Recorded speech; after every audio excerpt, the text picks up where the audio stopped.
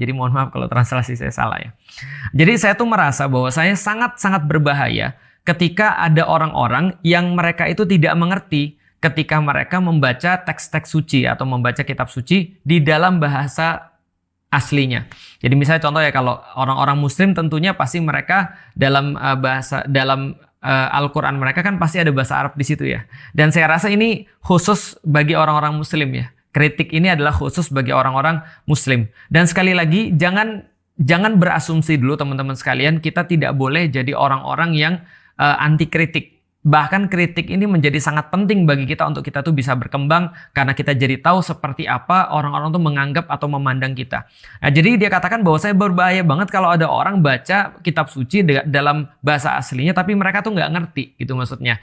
Nah, lalu kemudian dan mereka cuma membaca dalam bentuk terjemahannya.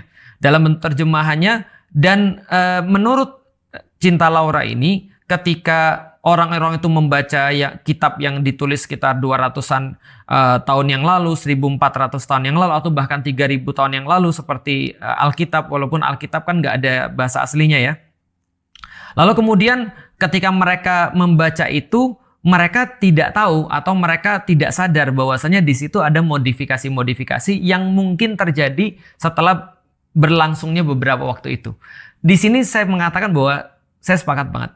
Karena kenapa? Karena itulah kerennya di dalam Islam itu, kita memang tidak hanya membaca terjemahan, tapi di dalam Al-Quran, dan saya pikir tanpa menyinggung agama yang lain, sekali lagi ini cuma untuk pembahasan dalam bentuk intelektualitas saja, bahwasanya cuma Islam yang menyertakan bahasa Arab sebagai bahasa aslinya, agar kemungkinan orang-orang itu teralihkan atau kemungkinan orang-orang itu bias daripada apa yang dimaksud oleh Allah dengan menurunkan Al-Quran itu bisa diperkecil.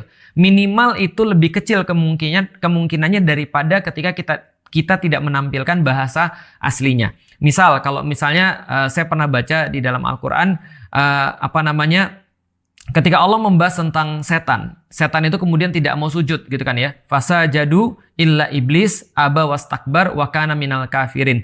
Dikatakan di dalam Al-Quran, kenapa kenapa iblis itu nggak mau bersujud? Karena dia aba wastakbar. Karena dia aba wastakbar. Aba itu diartikan sebagai apa? Abai.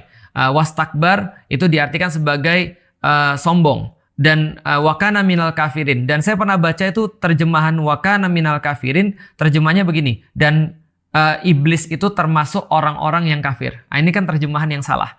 Tapi begitu kita bisa konfirmasi dalam bahasa aslinya, kita bisa terhindar dari itu semua.